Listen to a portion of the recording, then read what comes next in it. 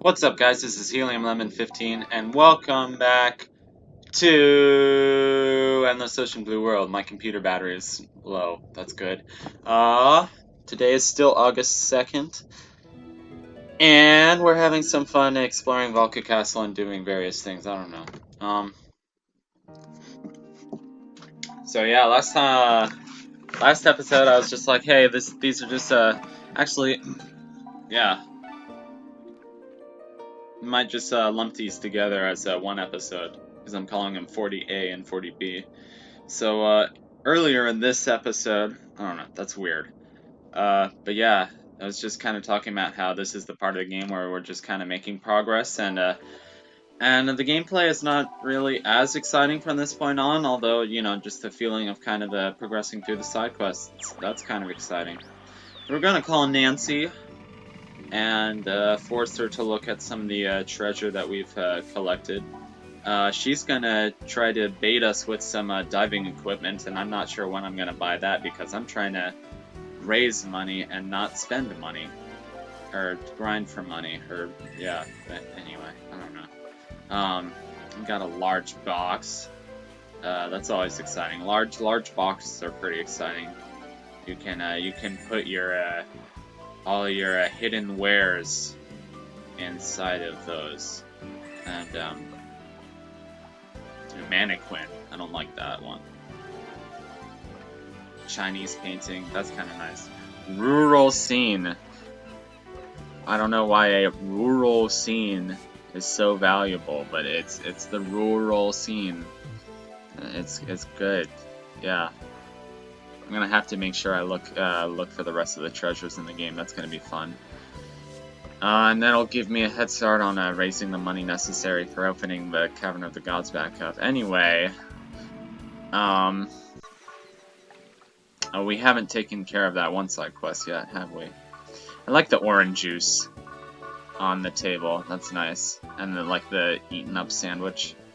That sandwich is there for the whole game. Think about that. Or yeah, the sandwich is there behind the Marine Encyclopedia. If you didn't see it, rewind the video 5 seconds and look behind the Marine Encyclopedia. It's worth it. Not really. I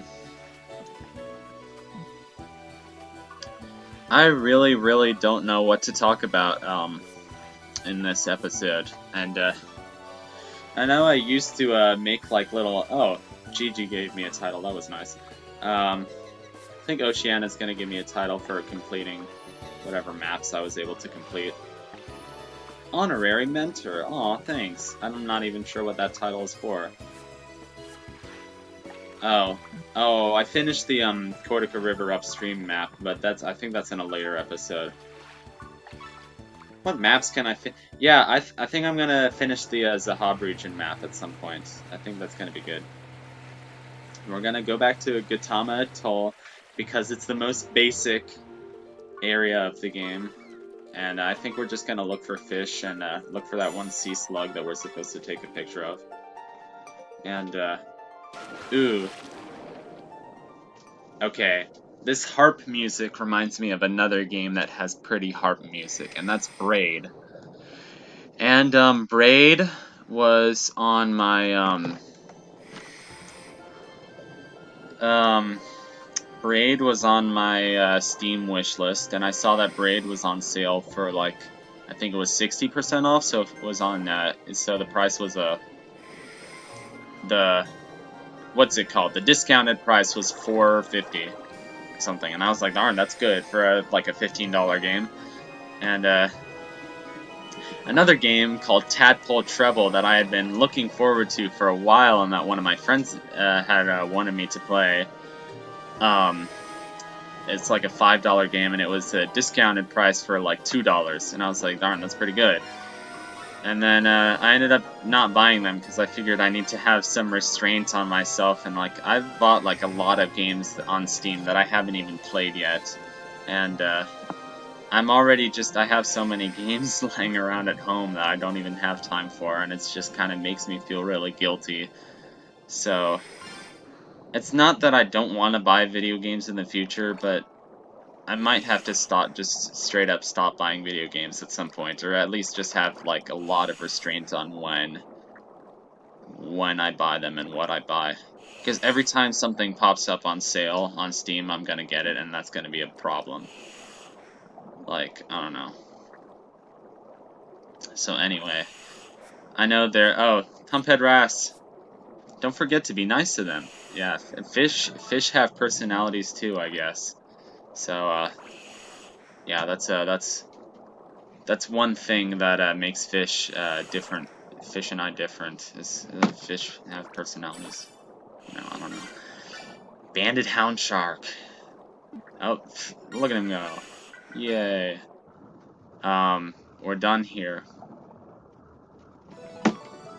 Boo! You swam like 0.129 miles. You wimp. What a wimpy sea creature. I oughta stuff you into a bag and call you Jeff. Okay, sorry. I don't know what that was. What else is exciting?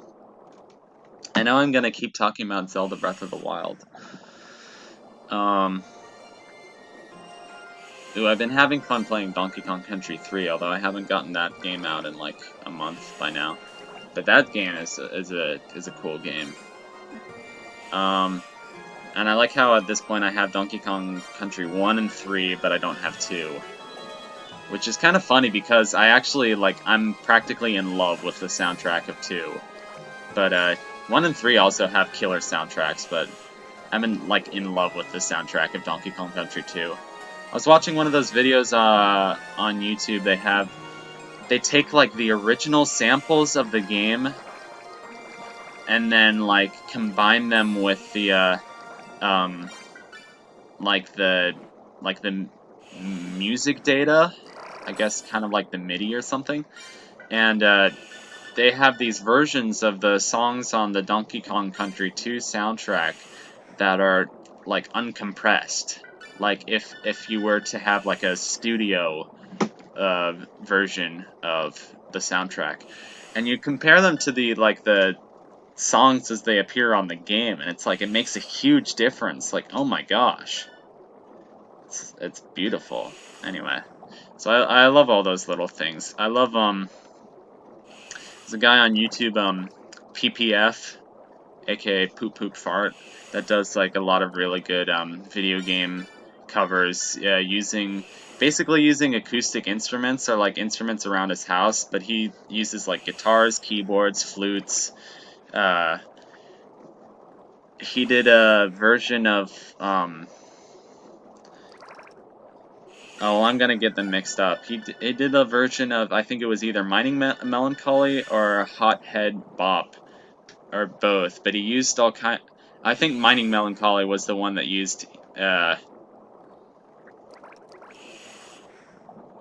he used drinking glasses and paint cans and PVC pipes and garbage cans and all these household junk instruments, and that kind of thing gets me really excited. I love when people use household instruments in creative ways.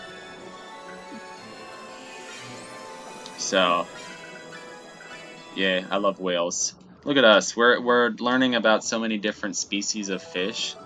I should practically be a marine biology major in college after playing this game so much. No, I don't know. Marine biology is something that would still interest me.